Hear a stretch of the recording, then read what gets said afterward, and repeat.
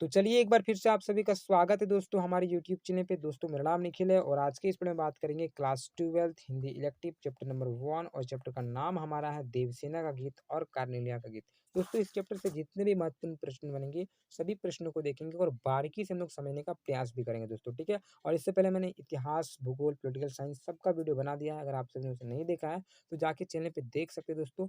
Channel के playlist में जाइए, प्लेलिस्ट में सारा वीडियो आपको मिल जाएगा दोस्तों। बिना देर के वीडियो को स्टार्टिंग करते हैं, बात करते हैं आज का पहला प्रश्न की।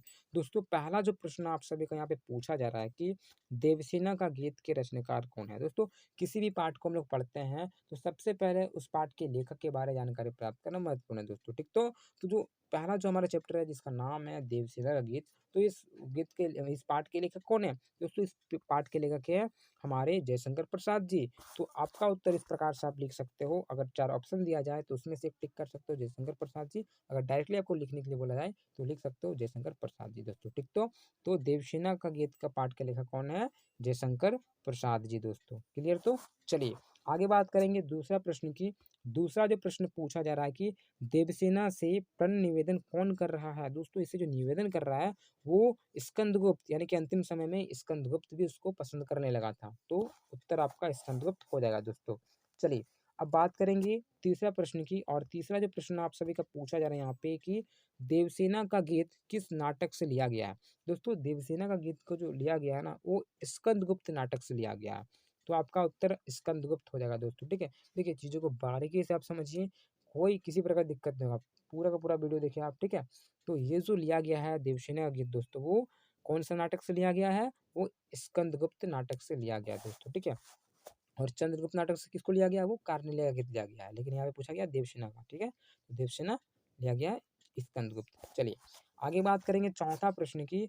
और चौथा नंबर जो प्रश्न आप सभी का पूछा जा रहा है कि देवसेना कौन थी, ठीक। तो देखिए देवसेना जो थी ना दोस्तों वो मालवा के राजा बंधु वर्मा की बहन थी, ठीक है। इसको आपको याद रखिएगा। जो देवसेना कौन थी? वो मालवा के राजा बंधु वर्मा की बहन थी दोस्तों, ठीक है ना। चलिए आगे देखते हैं। आगे यहाँ पे क्या पांचवा प्रश्न पूछा गया है कि देवसेना ने अपना जीवन किस प्रकार से बिताया। दोस्तों देवसेना ने जो अपना जीवन पूरा का पूरा बिताया वो अकेली बिताई और उसके साथ कौन था? कोई नहीं था दोस्तों, ठीक है। वो भ्रमवश अपना जीवन बिताया, ठीक है। तो आपका उत्तर होगा भ्रमवश, यानी कि वो सोचते सोचते वो ऐसे करते करते अपना जीवन को पूरा बिता दी कि नहीं मेरा ऐसा है, ये है, वो है, वही मुझसे प्रेम करता है, करेगा आके, ये करेगा वैसा करेगा, मतलब पूरा का पूरा जीवन सोच सोच के भ्रमवश अपना जीवन को बिता दी दोस्तों, ठीक है। तो इस प्रकार से आप बोल सकते हो देवसेना ने अपना पूरा जीवन भ्रमवश बिता दिया, है ना। हम लोग भी किसी न किसी भ्रम में रह जाते हैं ना कि ऐसा हो जाएगा, वैसा हो जाएगा, अभी ऐसा है, हम आने वाले समय में ठीक हो जाएगा। तो इस प्रकार से उन्होंने अपना जीवन पूरा भ्रमवश बिता दिया दोस्तों। चलिए अब देखेंगे छठा प्रश्न। और छठा जो प्रश्न यहाँ पे पूछ लिया गया है कि देवसेना के जीवन रूपी यात्रा में कौन उसके साथ था। देखिए देवसेना के जीवन में उसके साथ कौन था? कोई नहीं था, सिर्फ और सिर्फ उसका अकेलापन था दोस्तों, ठीक है। वो अकेली रहती थी और उसका अकेलापन था। जैसे हम लोग अकेले रहते हैं तो अकेलापन सोचते रहते हैं जो मन सो, ये होगा, वो होगा, ऐसा होगा, और अपने आप में ही बात करके ऐसा मन मन में सोच सोच के वो दिन पार हो जाता है। तो इस प्रकार से देवसेना के जीवन में उसका कोई नहीं था, उसके अकेलापन उसके साथ रहा दोस्तों, ठीक है। तो ये आपका उत्तर होगा उसका अकेलापन दोस्तों, क्लियर ना। चलिए जितने भी प्रश्न है सारा महत्वपूर्ण है और सारा का सारा मैंने छाट के निकाला है दोस्तों, ठीक है। चलिए सातवां प्रश्न देखेंगे। और सातवां जो प्रश्न पूछा जा रहा है कि देवसेना के जीवन में किसने, ठीक है, बिहार की तान उठाई। तो बिहार की जो तान उठाई उसके जीवन में दोस्तों स्कंदगुप्त ने। तो वो आपका उत्तर होगा दोस्तों कौन? स्कंदगुप्त। ये जो चैप्टर है पूरा का पूरा आपका देवसेना और स्कंदगुप्त को लेकर है। तो उत्तर भी अधिकतर यही होगा क्योंकि ये दो ही लोग, क्योंकि जो देवसेना है ना वो स्कंदगुप्त से प्रेम करती थी। समझिए बात क्या, पाठ में क्या है। तो ये देवसेना है, मालवा के राजा बंधु वर्मा की जो बहन थी देवसेना, वो स्कंदगुप्त से प्रेम करता था। लेकिन स्कंदगुप्त उससे प्रेम नहीं करता था। क्यों? क्योंकि वो विजया से प्रेम करती थी, ठीक है। तो अंतिम समय में जब उसको ऐसा लगा तो ये भी इसके पास आता, लेकिन उस समय वो एक देवसेना नहीं ये करती है, ठीक है। तो ये आपका उत्तर होगा स्कंदगुप्त, क्लियर। तो चलिए अब बात करेंगे आठवां प्रश्न की। और आठवां जो प्रश्न यहाँ पे देखा जा रहा है ये आपका कार्नेलिया का गीत से है दोस्तों, ठीक है। कार्नेलिया जो थी वो ये आपका चंद्रगुप्त नाटक से लिया गया है, ठीक है। मौर्य साम्राज्य अगर आप देख पा रहे होंगे ना, हाँ। तो सेल्यूकस निकेटर की पुत्री थी कार्नेलिया। और ये जब भारत आई तो इस पार्ट में ये भारत के बारे में बताती है कि भारत देश कैसा है, किस प्रकार से यहाँ के लोग हैं, है ना? यहाँ पे लोग कितने अच्छे हैं, सारा का सारा इस पार्ट में इन्होंने बताने का प्रयास किया है। तो अब देखेंगे हम लोग कार्नेलिया का गीत दोस्तों, ठीक है? देखिए क्वेश्चन पूछा जा रहा है कि कार्नेलिया का गीत किस नाटक से लिया गया है? दोस्तों कार्नेलिया का जो गीत है वो चंद्रगुप्त नाटक से लिया गया है दोस्तों, ठीक है? कौन से नाटक से दोस्तों? चंद्रगुप्त नाटक से। और चंद्रगुप्त मौर्य का जो विवाह हुआ था वो कार्नेलिया के साथ हुआ था, ये भी आपको याद रखना बात। तो आप बोल सकते हैं दोस्तों कि जो कार्नेलिया का गीत है वो कौन से नाटक से लिया गया है? वो चंद्रगुप्त नाटक से लिया गया है। अगर इस प्रकार से प्रश्न पूछा जाए कि देवसेना का गीत कौन से नाटक से लिया गया है?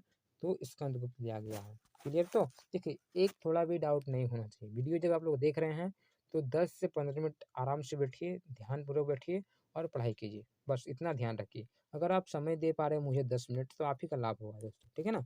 चलिए और 9वाँ प्रश्न देखेंगे। 9वाँ प्रश्न आप सभी से पूछा जा रहा है कि कार्नेलिया किस नदी के तट पर अरुण यह मधुमही देश हमारा गीत गा रही है?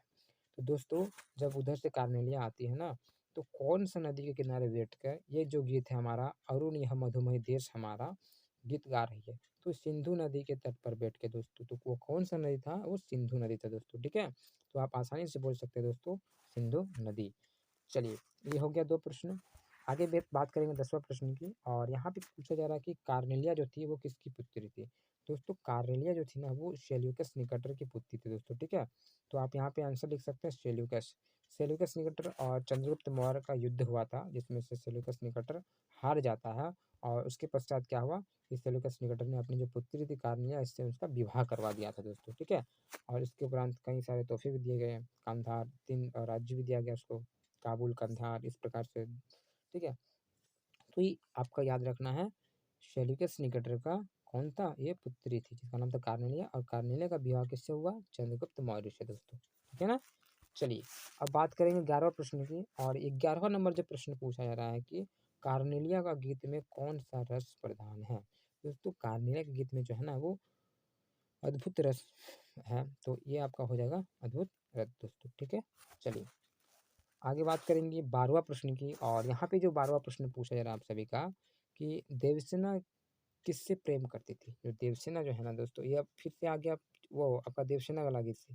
तो देवसेना जो प्रेम करती थी अब सबको पता है स्कंदगुप्त से, तो स्कंदगुप्त आपका सही उत्तर होगा दोस्तों। ठीक है? आपको ध्यान में रखना है, पूरा चैप्टर को आप लोग याद रखें कहानी को।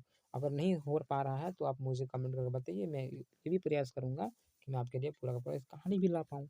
और देखिए जितने भी छात्र-छात्रा हमारे चैनल पे न्यू हैं, तो चैनल को सब्सक्राइब कर लें। सब्सक्राइब करने से क्या होगा कि जब भी मैं कोई भी वीडियो डालूँगा तो आप तक पहुँच जाएगा दोस्तों। आपको सर्च नहीं करना होगा, नोटिफ़िकेशन पहुँच जाएगा, मैसेज चला जाएगा कि मैंने ये वीडियो छोड़ा दोस्तों और आसानी से आप देख सकते हैं दोस्तों, ठीक है ना? तो चलिए और इस प्रकार से आपका हो जाता है। आगे बात करेंगे प्रश्नों की। तो 13वां नंबर जो प्रश्न आप सभी का पूछा जा रहा है कि देवसेना के गीत की भाषा किस प्रकार से थी? यानी कि कौन-सी भाषा में बोला गया? तो ये खड़ी बोली भाषा थी दोस्तों, ठीक है? इस प्रकार से प्रश्न पूछा जाएगा और बच्चे बोलेंगे कि मैंने पढ़ा नहीं है तो बाहर से क्वेश्चन आ रहा है। देखिए यही सब पूछना रहता है। तो डीप तरीके से देखिए हर एक प्रश्न को करवाया जाएगा, हर एक चैप्टर को करवाया जाएगा और हर एक विषय को करवाया जाएगा। आपको टेंशन थोड़ा भी नहीं लेना जब तक हम लोग हैं, है ना? तो ये देवसेना का गीत है वो खड़ी बोली भाषा में था दोस्तों, ठीक है? इसको याद रखिएगा। चलिए हो सके तो कॉपी में लिख लीजिए, लिखने से और अच्छी होगी। अब आज बात करेंगे अब ये 14 नंबर प्रश्न की। तो यहाँ पे जो प्रश्न पूछा जा रहा है कि स्कंदगुप्त देवसेना के पास कब आता है? जो स्कंदगुप्त है ना वो देवसेना के पास कब आता है? तो वो जीवन के अंतिम चरण में दोस्तों आता है। एकदम लास्ट एंडिंग में लास्ट समय में वो देवसेना के पास जाता है। कौन दोस्तों? ये स्कंदगुप्त, ठीक है? एकदम लास्ट में ये जाता है, ठीक है? या तो फिर ये तो पहले विजय से प्रेम करता था लेकिन इसको जब ऐसा लगा देखा तो वो लास्ट लास्ट में क्या हुआ वो स्कंदगुप्त देवसेना के पास जाता है दोस्तों। तो ये हमारा छोटा-सा चैप्टर था 1 और 2 और यहाँ से जो महत्वपूर्ण प्रश्न बन रहे थे ये मैंने करवाने का प्रयास किया। इसके अलावा चैनल से जुड़े रहें और भी प्रश्न है इस पार्ट से वो मैं जब इम्पोर्टेंट क्वेश्चन लाऊँगा तो उसमें मिक्स करूँगा। चैनल से जुड़े रहें, कोई दिक्कत नहीं। इसके बाद दूसरा चैप्टर, तीसरा चैप्टर, चौथा चैप्टर सारा का सारा चैप्टर करवाया जाएगा और आप इतिहास को तब तक पढ़ें, पॉलिटिकल साइंस को पढ़ें, ज्योग्राफी को पढ़ें, ठीक है? तो हम लोग इसी प्रकार से दूसरे वीडियो में मिलते हैं। जय हिंद, जय भारत।